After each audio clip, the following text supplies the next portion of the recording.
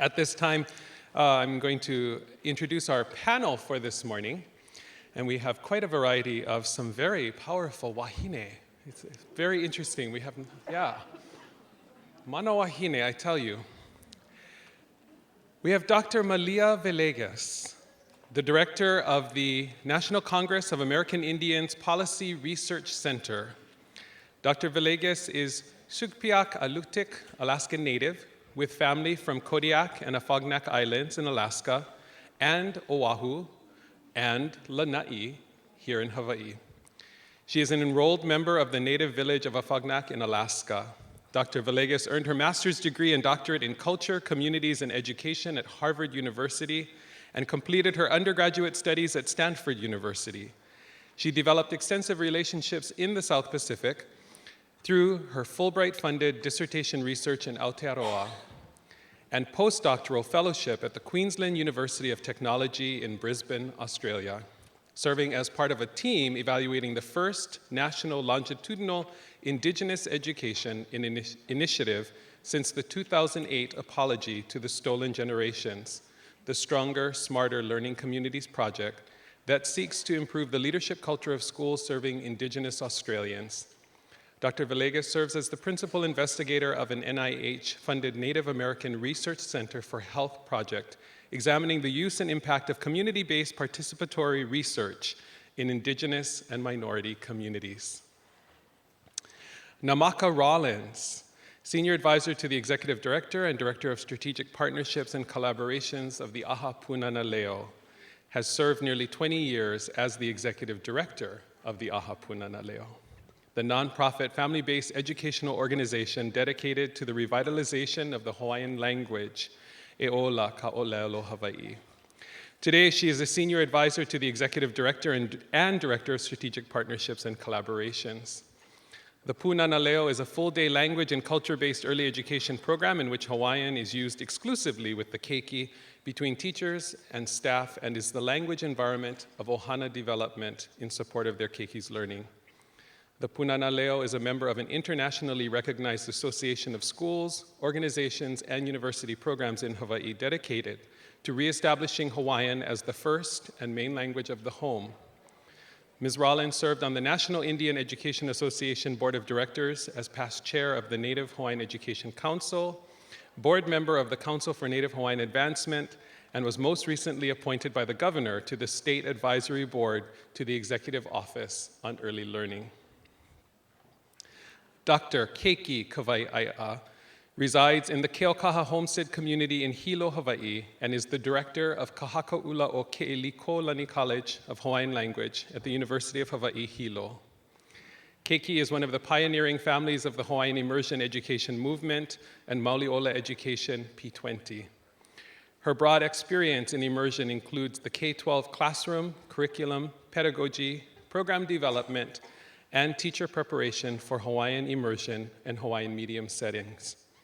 Over the last decade, her work has focused on improving culturally responsive ways to address student learning and success through the development of the Nahunua Mauliola cultural pathways, the Moenaha culture-based curriculum design and instructional method, and the Kukohu Hawaiian culture-based inventory study on learning environments. And our panel moderator for this morning is Dr. Shawn Kana'iaupuni. Dr. Kana'iaupuni is the Division Director of Public Education Support for Kamehameha Schools in Hawaii, is a Native Hawaiian demographer and sociologist from Pupukea, Oahu. Her research focuses on the education and well-being of Hawaiians. Her current work focuses on mobilizing and inspiring positive educational outcomes for Hawaiian students in public education settings, including community, charter, immersion, and conventional DOE.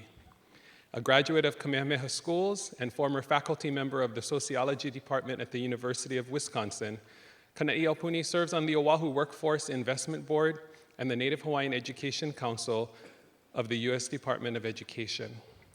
Kana'iaupuni earned her bachelor's degree from the University of Denver, her master's degree and doctorate from the University of Chicago, and her MBA from the University of Hawaii Manoa. Please help me in welcoming our panel for this morning.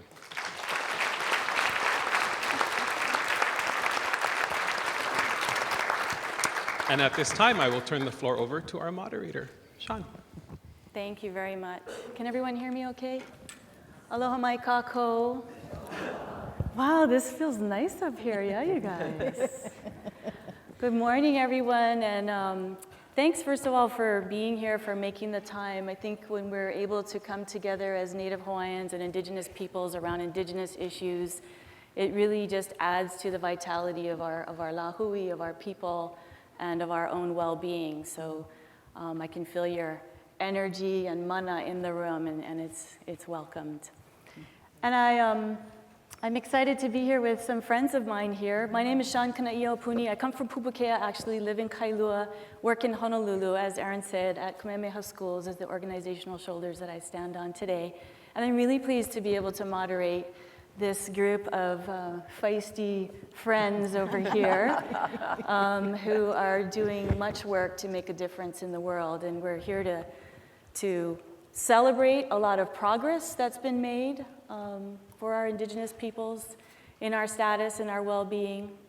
And also, it's a pivotal time to take a look around us and the work that's left to be done, the much work that's there to be doing. And I know at Kamehameha Schools, we're thinking a lot about this with our strategic planning efforts. And today's an opportunity for all of us to think about the national landscape of education accountability and how we as Indigenous people survive and thrive in that landscape. Not all of it we can control. Some of it happens to us, outside of us, but we are able to create our own future, our own destiny within that landscape, and that's what today's conversation is about. It's always helpful to know where the rough currents are working against us and are going to slow us down, and then where there's smooth waters and we need to go really fast. And so hopefully today's session and the next 2 days, as well as the days that came before this morning, are helpful in moving us forward. So with that said, I guess we've already done introductions, and maybe Malia, I can ask you to share a little bit about the national landscape of accountability, since you came all the way from DC yesterday, by the way, so if she starts yawning a little later, we'll know why. And then I'll ask Nāmaka and Keiki to follow on. And we want this to be an informal session. I have a few questions to go through for the panelists, and then we will open it up for discussions after a bit, okay? So just so you know, be thinking about those questions that you might have, all right? Okay. Chamai waka, aloha mai everyone. Good morning. It's really wonderful to be here, and I do apologize if I start slurring my words a little bit, but very small sacrifice to make to be in this beautiful place.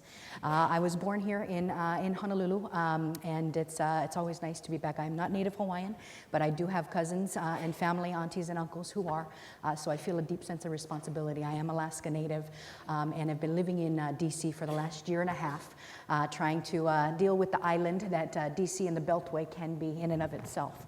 But it's an honor to be here with these two ladies in particular, and we met about 4 years ago, I think, as part of an Alumni of Color conference that we had at Harvard University, and just to learn from the language revitalization efforts has been just an amazing experience. And a big hero of mine who I just got to meet this morning, whose work at Kamehameha Schools we have tried to model at the national level, so it's really an honor to be sitting up here this morning.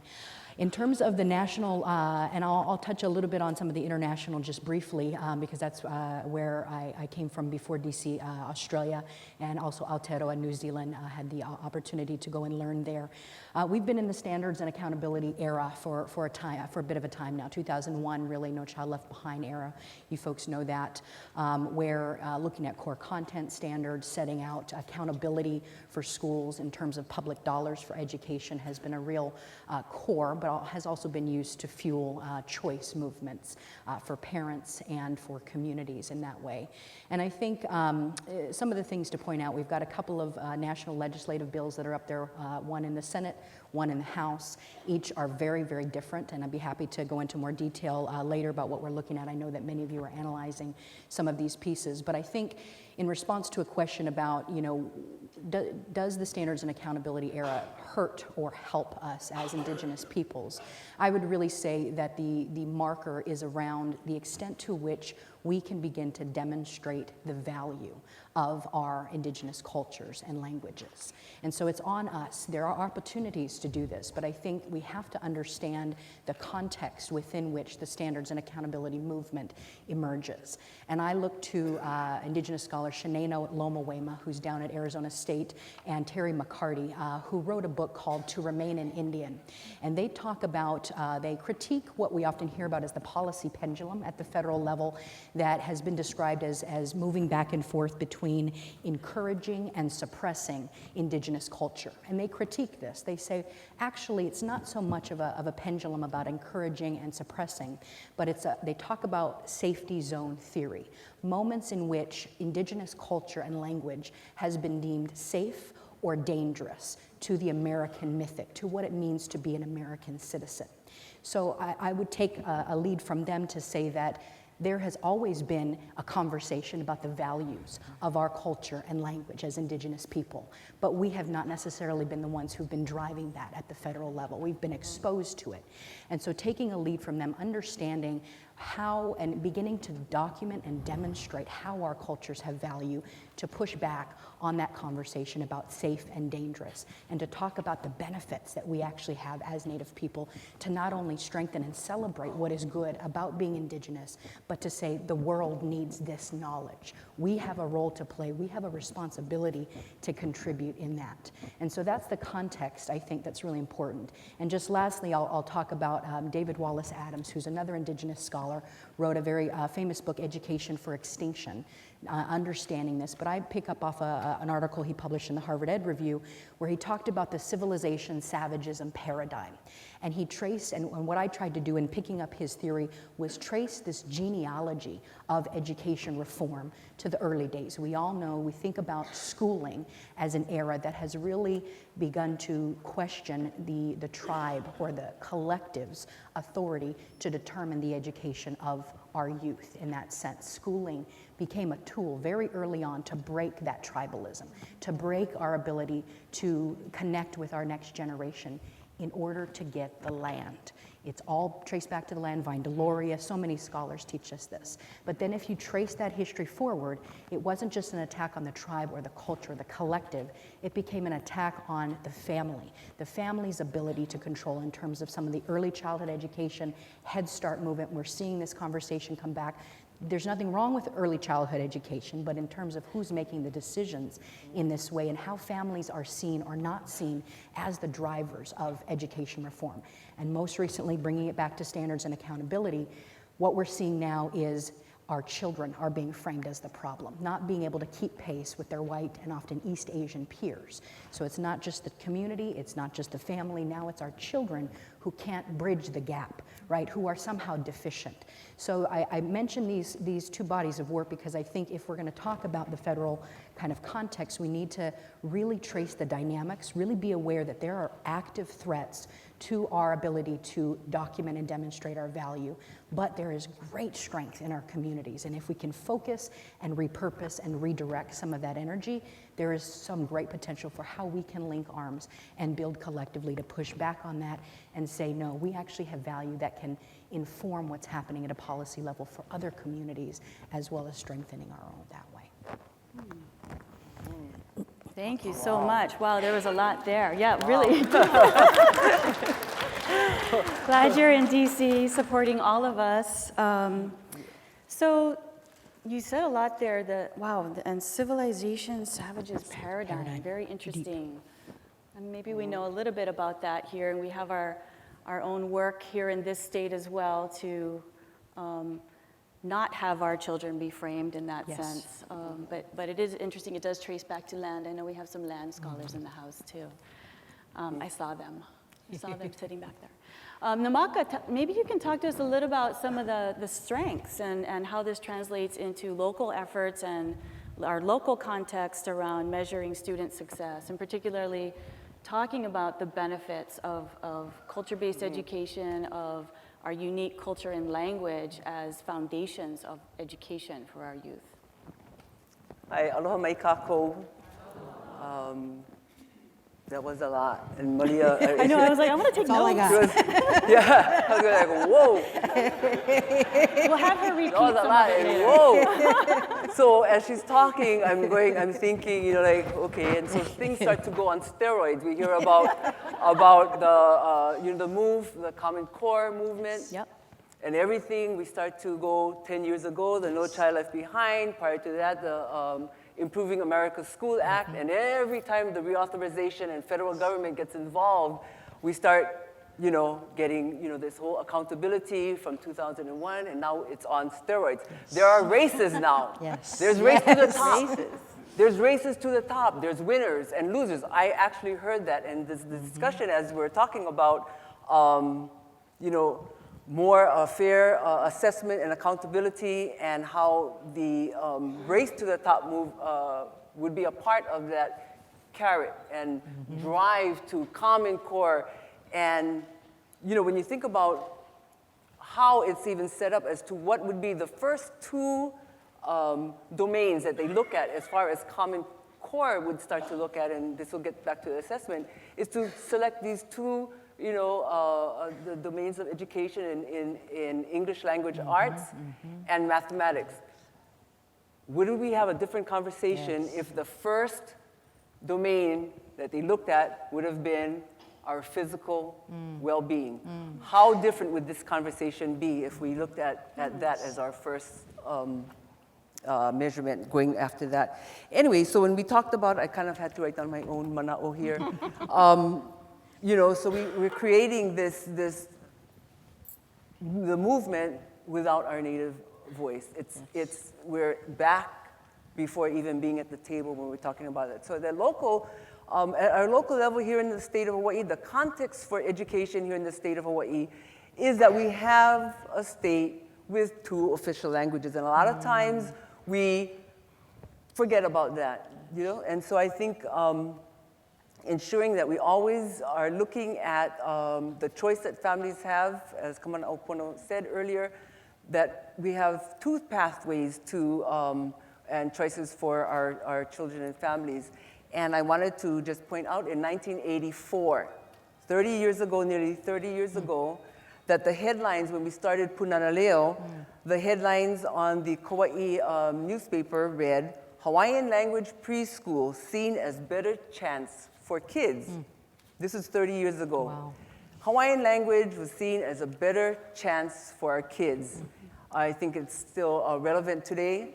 And when we talk about the local landscape in early education, when we're setting up now a system for early education here in the state of Hawaii, and looking at what those standards, as we develop the standards for early education based in the language of instruction, that'll help to prevent, well, I don't know if we're going to prevent, but at least assist us in moving forward, so we're not behind the 8 ball or back up in front of the 8 ball and being, you know, prodded and pushed, but we actually get to sit at the table and talk about what those assessments would be in a state with two official languages, and that we have a pathway in Hawaiian language that we can develop what those assessments would look like, because eventually that will turn around to then be a part. We're not, you know, we're not being late in it, but we are at the table in discussing as to what those assessments will look like as we build a system of education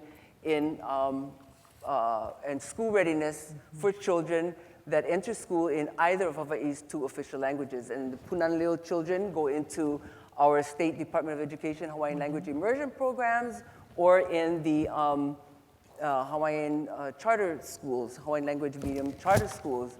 So it's being proactive and be a part of the discussion prior to implementation of what standards would be. And this is something we would like to see. How is it working now? How does it happen now? How do we see those measures of success? Well, currently established? So we're looking at language. You're talking about the actual instruments of language acquisition? Well, if being proactive, well, is today's conference maybe one step in being proactive about setting out our own successful standards and measures for our students? Right, right. Right, so this. And that this- hasn't been done to date? No. So it's We're still working on that. something we desire. Yeah. And I think it's an opportunity for us now as we develop, because it's not there yet. So it's just passed. So this legislation I'm talking about, preschool school readiness program, was just passed this year at and the governor signed it last month, about a couple of weeks ago. So the development of what those standards and assessments would be are still in discussion now. So it's an opportunity to forge some new And territory. we're at the table, yeah. Yep. Go ahead, Keiki. You have some mana'o to share? Well, Your turn, Komana. Do you have anything to add to what Nāmaka was saying and other insights to share? yeah. So I'm sitting here with a couple of documents on my lap because one of the things that we have to first understand is the history of how we got where we're at. Yes. And part of this whole issue of democratic equal education has not been equal for us. You know, if somebody else is determining what shoe you're going to wear to school, and the shoe isn't appropriate for the place you're walking in, and it doesn't fit you, then it's not the shoe for you. It may be a shoe, and we all need a shoe, but it doesn't work for you. So I think we need to spend more time taking a look at what is equitable in our education. Kamehameha want to talk this morning a lot about this translating and making those crosswalk. I talk a lot about crosswalking. But I think what I want to talk about today is from a little different venue around our work with Nāhonua Mauliola. Because recognizing our problem is the first. And then thinking about our proactive solutions that we all have the control within us as administrators, as parents, as community members, as teachers in the classroom. We all have pieces of that solution. That is what's going to change that, because we cannot demonstrate it until we start to move in a proactive stance to begin to address how we're going to demonstrate that. So several years ago, in 2002, we started this conversation that has grown around this idea of Nāhonua Mauliola, looking at those vibrant, living environments where we all live and grow and raise our children. It really has been a movement. Now that I've been having a lot of kind of flashbacks lately about my own experience and how it is I kind of get to think like this. Erin says I'm kind of like off the cuff. I suppose I am. But I think I grew up in a family that really looked at education from a mo'opuna I kealo place. The fact that my family consciously, all the good and hard lessons were part of a preparation for another generation, and a change and a preparation for the time and change that would happen from one generation to another. I think Nāhonua Mauliola has something around the solutions for that. So before I go into a little bit more of that, there is in this is my commercial, there is in your materials two things. One is a preview sample of the publication that's coming out. And the other is a really quick brochure that runs through this.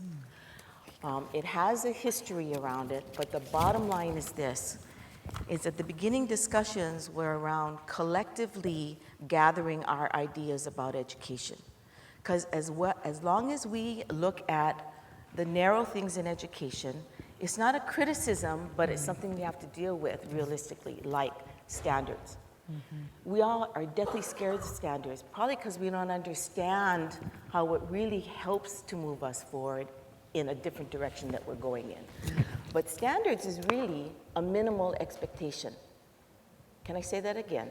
It is a minimal expectation, mostly based around content and skills. Why does that not sing to us?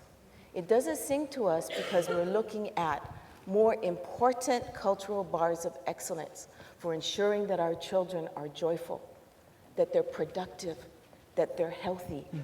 You know, our generations cannot move into the future without those kinds of things in place. So that means that all of us need to be thinking about education from the way that our kupuna did.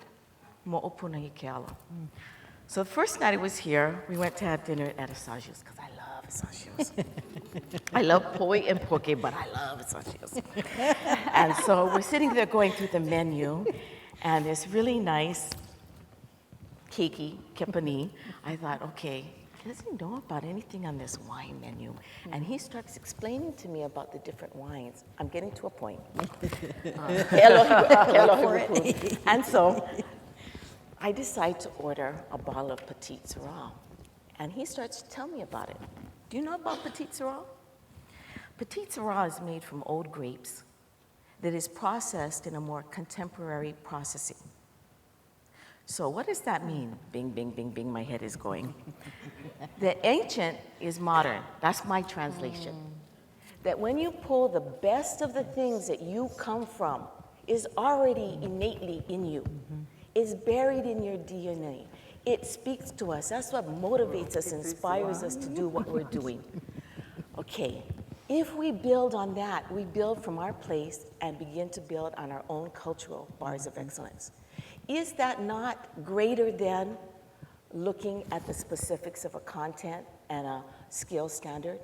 Oh yeah. Can we not figure out how that relates to a bigger and better picture? So let me give you a couple examples. But wait, are you saying that if you drink more wine, you get more smart? I think I heard that. You must sip it and savor it carefully so you get all the essence of the flavors, because in all the essence of the flavors and all those descriptors are some really good answers of the wealth and richness that comes from that wine. Now, old grapes in a contemporary process. Ancient is modern. Isn't that nifty? Yeah. That's my takeaway on the first night of this conference. So That's beta ha'i olelo. Beta ha'i olelo. That's qualitative data. So A practitioner. From the practitioner stance, because if you can't taste it, or if you taste it and it tastes junk, it didn't pass. That one went pass, and it was at the right price too. So the discussion began, and what we came out was with 16 guiding statements or guidelines that was, if you're in the trench of the work, you get it. But if you're not and you're coming into the work, was difficult, was a challenge. Because it came from our worldview that sees everything like this and like this at the same time. That's hard if you're just coming into the trench of the work. So from that, we called out the major Ecoya, the core of the ideas that were in those guidelines, and came out in another round of discussion. So this has been an ongoing thing since 2002. But the players around the table have become broader. So the new publication had 32 very active, proactive educators involved. You know, from womb to tomb, research was included in that, administrator, curriculum, the front-end teachers, and we made some agreements around those pathways. Just bear with me just a little bit longer. So in this, we came up with 9 envisioning statements of what we think are important in the education of our poe. So our poe means everybody. It means how it affects our families, the people in our community, our children, because by addressing the one, we address the all. And by addressing the all, do we also begin to shift what happens in our community? So I'm going to give you 2 real quick examples. One of the pathways is on wellness, is on Ike Olapono.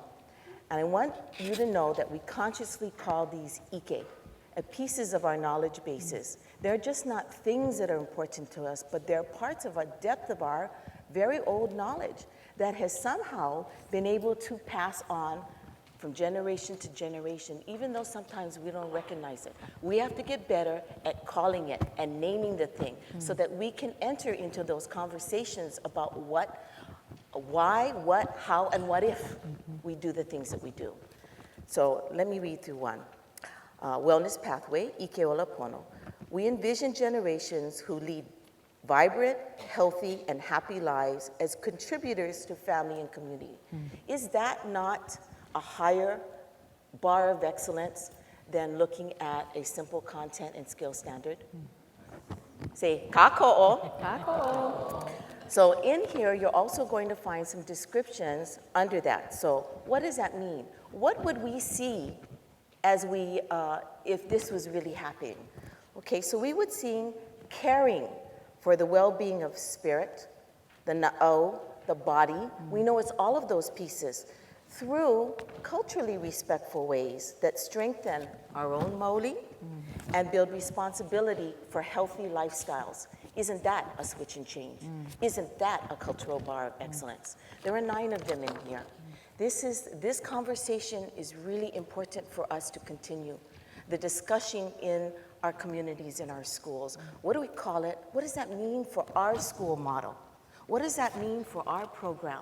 How do we begin to apply that? You're gonna find that the rest of the standards begin to take a duck soup, a Wai'ae'a place. And we really worried about something that we worried because we don't really quite understand how it fits into the full picture. So I'm suggesting that we focus on the full picture and help weave those other expectations that the federal government is holding us accountable. Because you know that accountability is really about getting us to be more monolingual and out of a worldview that we still, to this day, don't quite understand. And why is it that we need to be that? Because we're beautiful as we are. Mahalo.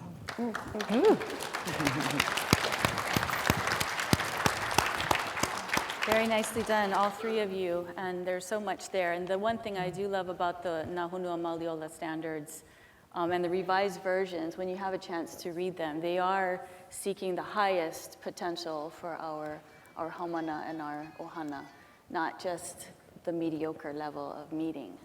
So they're the highest proficiency of human achievement and well-being.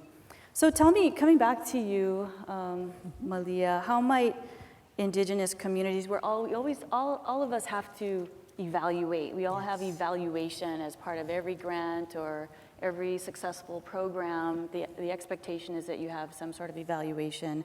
How can our Indigenous communities use evaluation to support culture-based measurement, and using some of the examples maybe that Keiki talked about? Definitely picking up off of Dr. Keiki's points about core content standards as minimalist and as about moving us towards a monolingual kind of end game and goal. From what we've begun to understand, and I'm talking about from some of our work in Alaska in particular, I'm Alaska Native, we've seen that so much of these paradigms of standards and accountability are based on what we call a scarcity model. I got to go out and get mine before you do, otherwise there's not going to be enough from me, right? And so you use evaluation, you use standards and accountability to deem and to judge worthiness. Which ones are worthy of getting the scarce resources that are out there? But if we come and we think from the communities that we are from, I'll speak from my own, those that were the most wealthy were not those who kept the most for themselves. Those who were the most wealthy were those who gave the most away. And often they gave first to those who were the most vulnerable and who needed to be taken care of in terms of stewardship.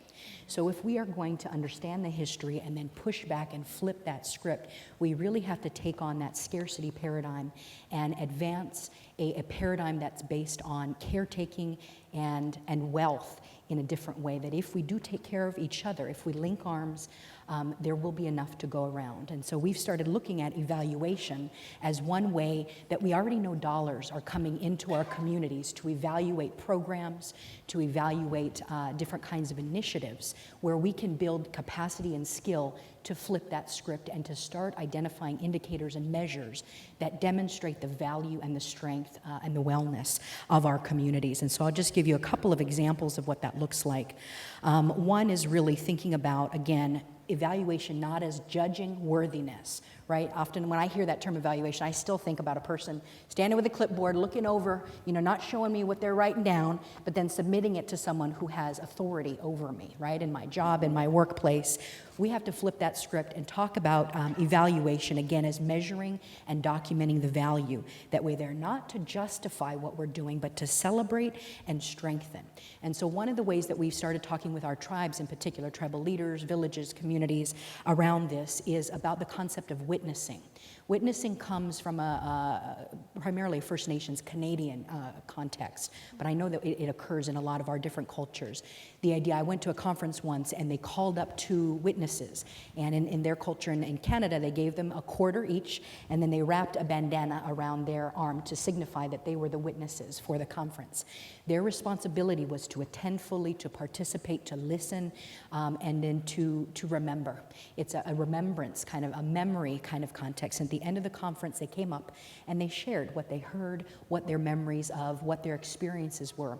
And the idea is 5-10 years down the road, we can still call on them as a community to witness, to remember that memory and that knowledge. So if we think about evaluation as a context of witnessing and memory holding, we can really change our relationship to what that means, to who it serves, and to what it looks like ultimately. A couple of the ways that we've seen tribes in our communities shift this is, again, strengths focused, right? Focusing not on the deficits, on what we lack, but really where there is strength. In Alaska, for example, we were working on a K-12 education indicators initiative in mid-2000s, and we did a literature review trying to understand this concept of success. And what we found in the research was that it was so focused on school success, how schools can become more effective, not so much on what was going on with our kids in that space. And we found 4 common indicators, right? Attendance, how much our bums on the seats are. The standardized test scores was a common metric. Graduation and dropout, right? These are the 4 that we hear a lot about. So we took these measures back to our communities, our Alaska Native communities, and said, does this tell you what you need to know about your kids? And does this reflect success in that context? And they said it's much broader than that, right? The things that we heard here. So we had to go back to the drawing board and we asked the question, what is a successful Alaska Native student or learner? And what we heard is very similar to what I'm hearing here today, so it's exciting to hear the synergy, was that we needed to move away from a school-centered concept, school success, to what we called a role-centered success. And if you can imagine kind of a ripple, so you've got a center circle, a circle around it, and then a third circle around it. And in the center, we heard that we needed to help our kids understand who they were as individuals and the particular skills and talents, and celebrate their roles as individuals. But then we also needed to build the capacity and to celebrate their roles as contributing community members. What does it mean to be a brother? What does it mean to be a child? What does it mean to be, a father, a son, a mother? The relational to community in that sense. So building a sense of indicators of success around community contribution in addition to individual. And then a lot of our elders said, but there's another level. Humans in many of our cosmologies and worldviews are not the center of the universe. There are many other life forms, and we as humans have responsibilities to other forms of life. So it's not only helping our students and our young people understand the responsibilities to home and to human community, but what are their responsibilities as humans? You'll hear a lot of our cosmologies referred to as what it means to be a good human being. So your responsibilities out to plant life, to animals, and thinking about the humility of humans and how we haven't really done much of that. How can our education institutions foster those kinds of values? And the last thing that it also emphasized to us, beyond transforming the definitions and the outcomes of what success was how we measure. And one of the ways was you look at all these 4 measures that I mentioned, dropout, attendance. It's always our kids, and in this context, Alaska Native compared to non-Native, compared to white in many instances. And that's that gap-based. We can never seem to fill that gap. So what we did was try to flip that and said, you know what? we are going to start doing native to native comparisons. We're going to look at how our kids in Northwest Alaska, we do our little map, our hand map of Alaska, in the Northwest of Alaska are doing compared to Alaska Natives down in Southeast, with the idea that we have similar experience of contact, similar values around culture and language. And that really transformed, because what it enabled us to do was to say, hey, the guys in the Northwest have figured something out about teacher retention that we haven't figured out in Southeast. And the guys in the Southwest have figured something out about language immersion that we haven't quite figured out. So we started identifying strengths of each of our native regions, which allowed us to come back to that role-centered success model. Each of our regions had particular gifts and strengths and roles that they could contribute to the whole of Alaska Native. So we began to build indicators, measures that wasn't about how do we close the gap, but it was how can we learn from what you guys are doing over there to share across. And hey, we've got some things down here that we're figuring out, around urban education that we can help back that might apply in this context, that translation notion we heard. So again, it was about strengths-based, not gap, and beginning to leverage, not scarce, right? If we share with each other, we can actually have enough to go around. And now we have people saying, hey, what's going on in Alaska that we can actually learn from for rural education, right? So we're beginning to make that contribution back out to the world in that context. So, and I'm not saying this happened overnight. You guys know, the Alaska Native Knowledge Network and their efforts, 20 plus years with Indigenous teachers, Indigenous elders, building the values that we're hearing about into a system of education that actually makes sense in that sense. But evaluation, I think, can be a core part of that. Wonderful. Thank you. Wow, I love that. I love that too. Yeah. I like That's that too. doesn't that- All based doesn't on your that work. resonate with us? Role center. What's the Role kuleana? center. Yeah, Yeah. I think that. Let's all ponder that for a minute. 5 minutes? Oh. So I was wondering, Nāmaka, maybe, do you have a Well, I was starting to. I don't know what your next question was going to be, but whatever I started you to, want it to be?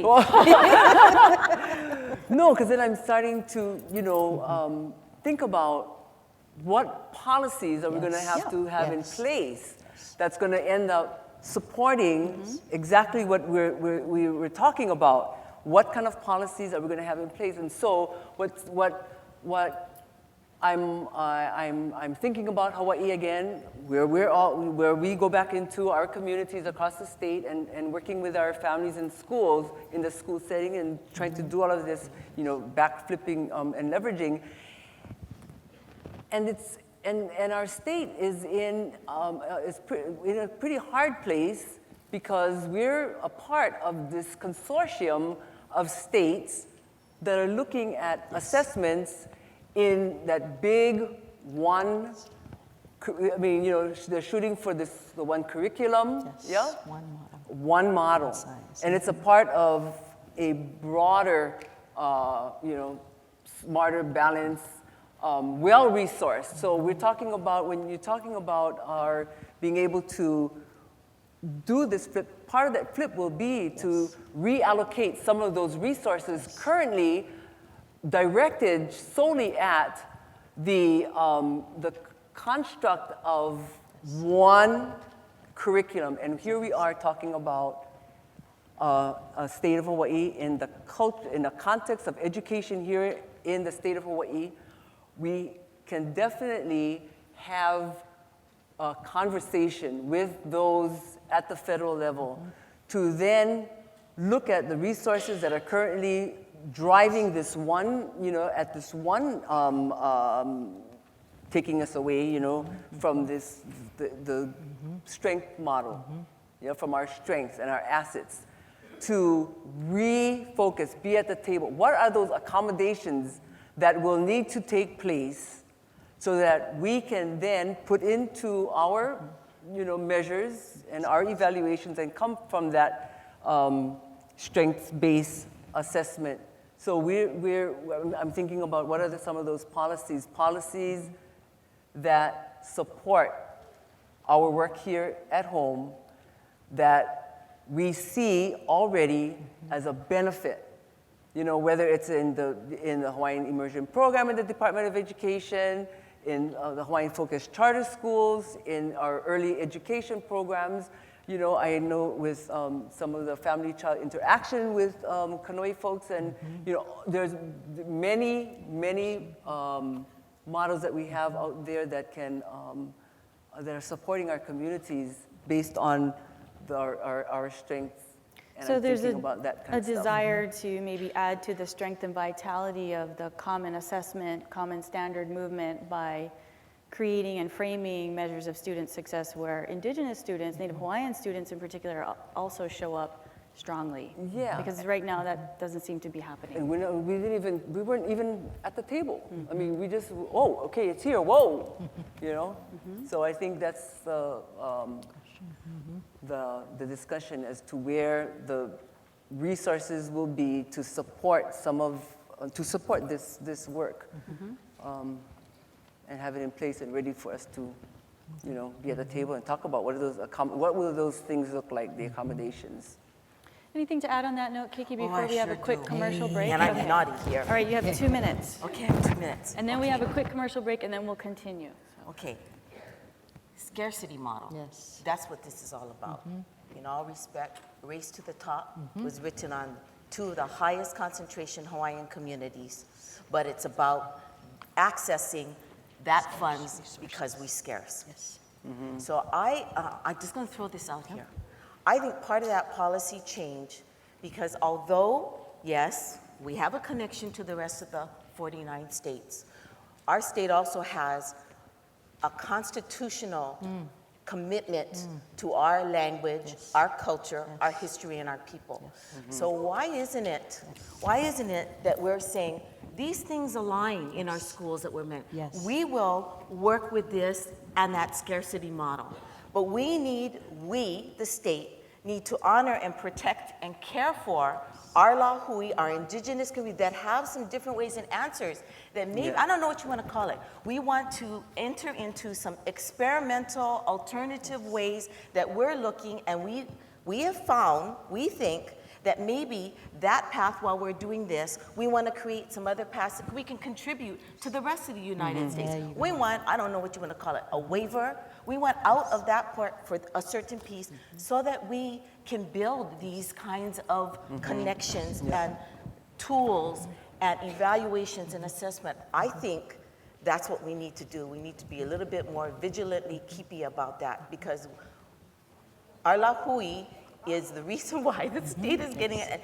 I understand, we all understand, because there's not enough money. So we say yes to the kala because we don't have enough to pay our teachers who don't make enough money and educate our children. We get that, but we cannot hold to that same bar of standard that is below what we're trying to address. And we need time to do exactly what Malia said, to find the answers within and between us. Now, when we originally put Nahonua Moliola, if you didn't know this, we went to see our Alaska Native cousins, and we looked at the model of how they were putting together all of those, the native, Cultural standards. all of their cultural standards. And so we do. And we do have connections and sharing. And I think we need to think about that a little bit more, respectfully, but really think about that. Because we only have so much energy to expend. We got to figure out how akamai we can do that. Malo. And that's what our elders tell us too, right? We have to know who we are first before we can enact our responsibilities to each other in that sense. So, absolutely. Okay, well, hold that thought. Think about that for a minute, and Aaron has a commercial for us.